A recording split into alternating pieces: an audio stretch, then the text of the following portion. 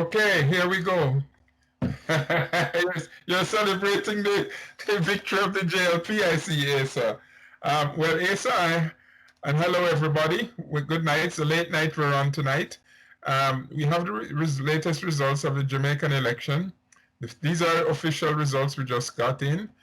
So far, unless there's any contestation, it's 50 seats to the JLP and 13 to the PNP. There are a total of 63 seats in the House of Representatives. So the Jamaica Labour Party will form the new government under Andrew Holness, and Peter Phillips, the leader of the PNP and the opposition, will step down and resign both as party leader and as a member of parliament. We thank Mr. Phillips for his service. I still think he was the wrong choice, and this has proven it, that he was the wrong choice for leader, and the wrong choice for leader of the PNP, and the wrong choice to lead the country.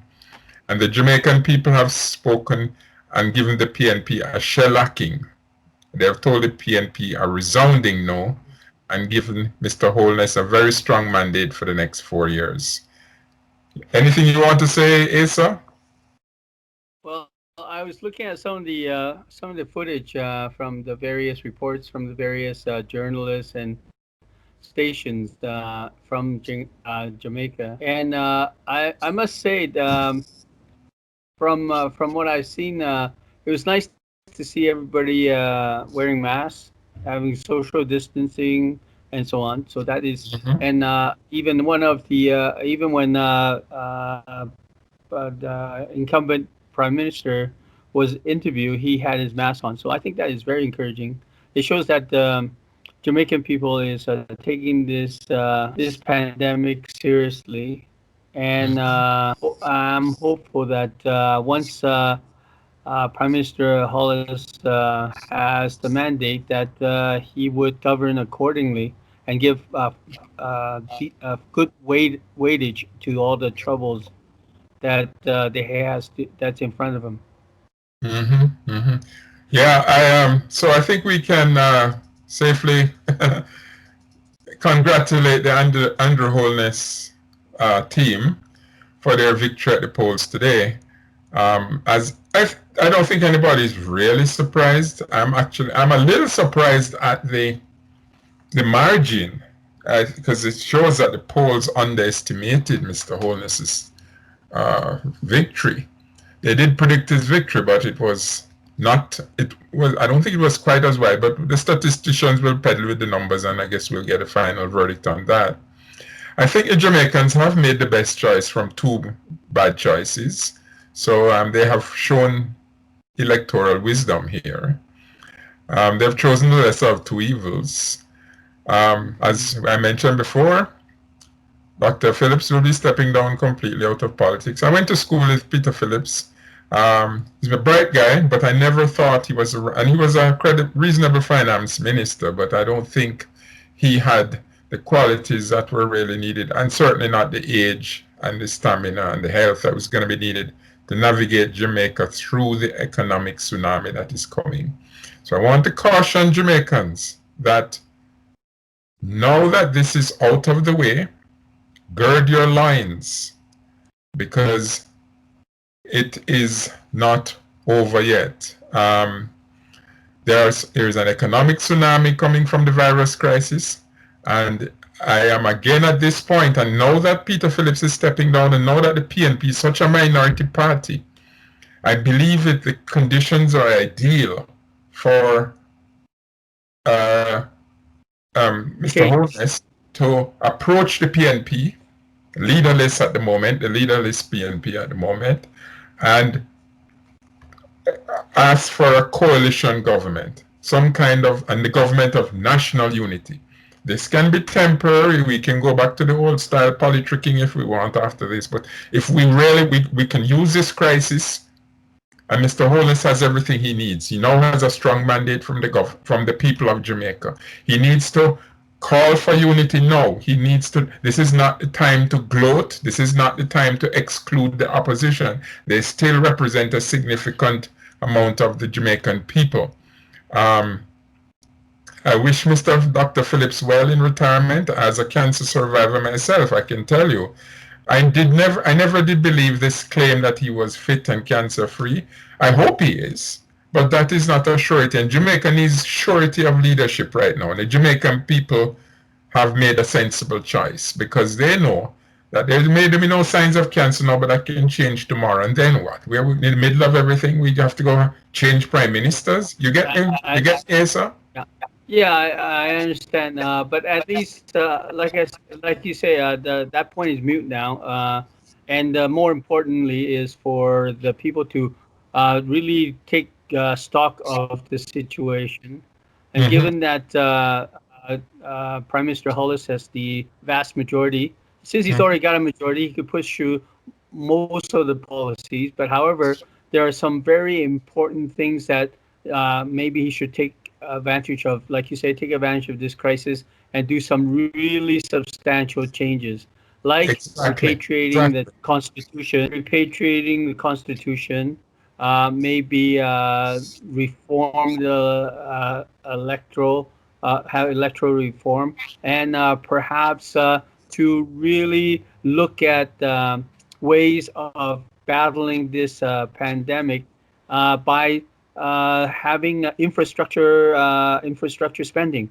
If he's going to get money either from IMF or whoever else that he can get money from, and if he's going to spend, instead of spending the $50 billion that he promised on goodies, let's put it onto infrastructure. Because when you have a strong infrastructure, that's when you're on strong footing. You see, if your infrastructures are not good, if your institutional structures are not on firm footing, if you have corruption, which is rot, all right, which if you have crime, which is parasites, okay, if your house has rot and parasites, and you have a shaky foundation, that's nothing to build on, right? Mm-hmm. And as I mentioned in the last episode about Singapore, that's the genius of Lee Kuan Yew.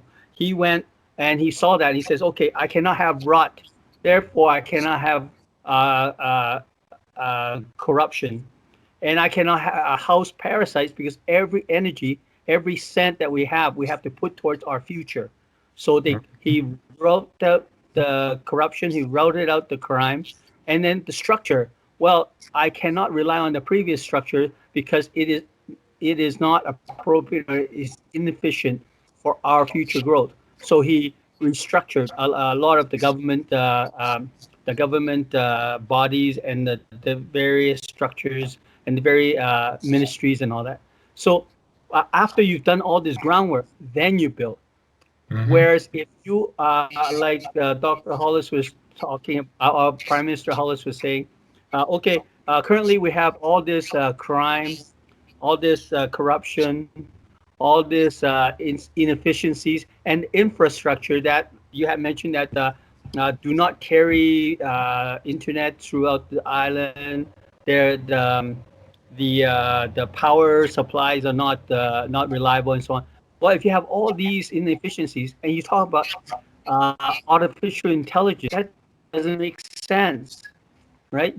And also by building these infrastructures, right? By putting government money into these infrastructure, you create work, you create jobs, and you create expertise. You put your university graduates into suitable jobs for their future, and you put people who are out of work because the resorts are still virtually empty, and the various businesses are closing up. You put them to work. They have gainful employment. They have skills, building on they're developing their skills, and you have a firm foundation to grow for the future. The first years of Singapore was desperate. There was more than one interview that Lee Kuan Yew made to the press where he literally cried. You can see tears coming down his eyes because he was so fearful of Singapore's future, because they're an island state. They have to buy water from even water, drinking water from Malaysia, and they had no infrastructure. The place was, if you were to look at our previous episode where I put up that there was a couple of pictures of Singapore when it went independent. It was it was shanty towns. It was like a fishing village. The harbors were full of these little wooden boats. But now look at it. So they had. I mean, if you have a serious intent to build a future for the long term, just like building a house, okay? You build it with a firm foundation, good infrastructures, good institutions, and you Mm-hmm. route out the rot and parasites. Then you start to build. And you Mm-hmm. might not reap the rewards right away, but whatever rewards you reap later on is going to be tremendous. Mm-hmm. Mm-hmm. So I think I hope that this message gets through to somebody, but I am hopeful, given that I think I see my sense of Prime Minister Hollis is that he was former educator and he is someone who tends to be able to relate people, and I think that goes to a lot towards how he was able to have the success this election. And I hope he follows that with and realizing this opportunity in the history of Jamaica. Take this historical stand and say, okay, just like you were saying, like Rwanda, right? They had this Mm-hmm. horrible massacre whereby such atrocities was done, but they picked themselves off the ground and say, we will never see this again, and we will move forward, tip Mm-hmm. forward, as it were. Mm-hmm. Mm-hmm. Okay, I just wanted to say something to the members of the Jamaica Labour Party, the people who voted JLP. If you have a copy of the manifesto, tear it up. It is a worthless document. Tear it up. Um, that is not going to be the way forward. It was it was a tactic that I thought should not have been used, but politicians being politicians. So now that's the word. What I have to say for the JLP people: tear up that manifesto. This is not the time for celebration and glee and lording it over the PNP. This is a time now for us to embrace each other and come together as united as a country, right? Um, I'm not going to go in future episodes. We're going to talk about some of the things we need, the constitutional, legal changes that need to be made, and economic as well, some social changes that we need to make to Jamaica. But tonight is not the time to do that. We're going to go into that in further episodes.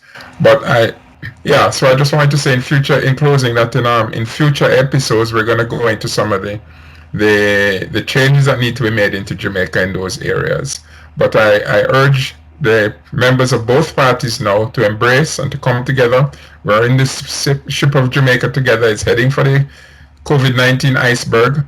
We need to steer the ship away from that together. So that's all I want to say. I'm going to say good night to everybody. This is just a short 15-minute burst on the election. Did you want to say anything in closing, Issa? Because I'm done. Well, Thanks. okay, yeah. I like to congratulate the JLP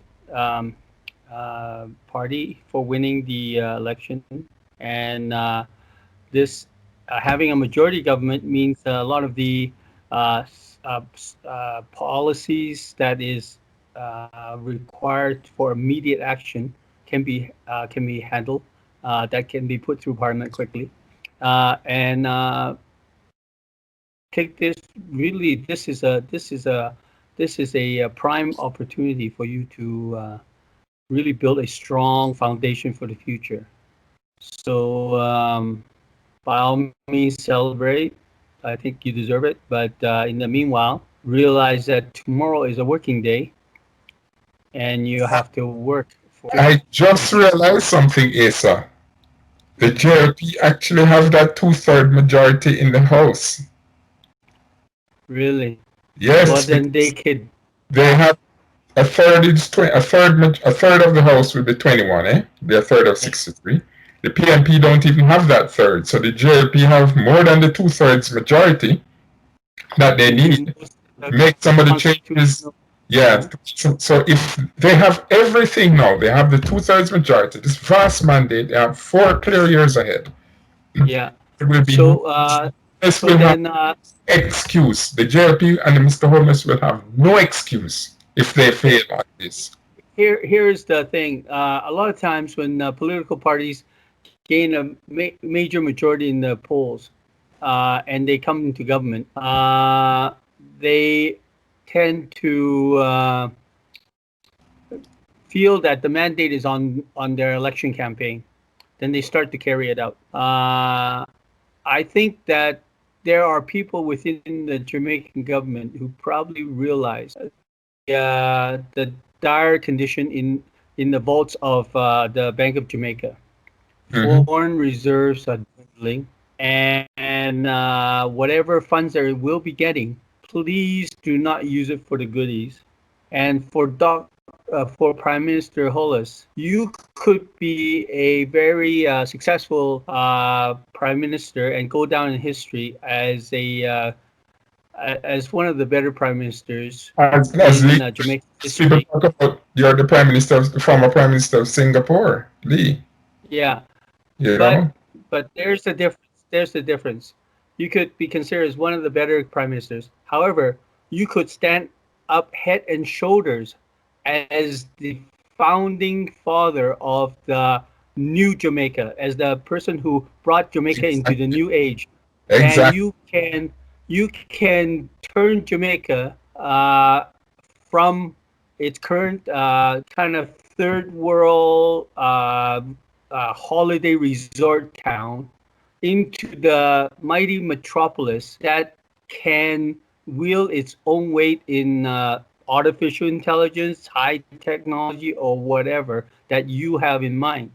But to do that, you do not cater to the special interests by doling out whatever monies that you'll be getting through loans or and otherwise, just to maintain your political supporters, uh, uh, keep them happy. You don't have to.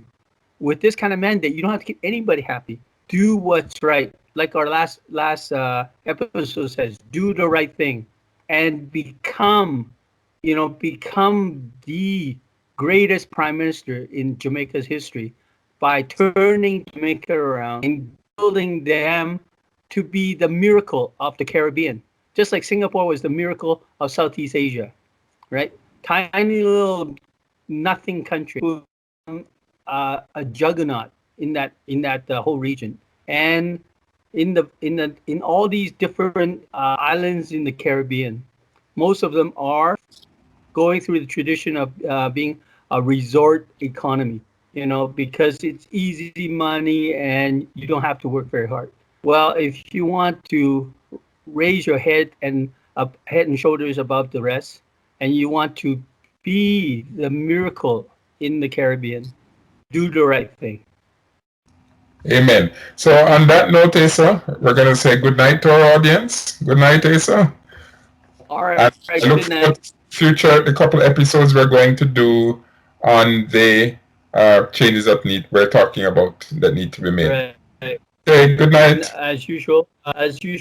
click the like button and subscribe. We're going to have more episodes, and please comment and give us your views on what we've said. If we're totally out to lunch, tell us. If we're not, and you believe in what we're saying, tell us. If there's other things you want us to analyze, because you think that we may have some value in terms of our point of view, tell us. Okay. All right. In the meanwhile, goodbye. Cheers. Cheers.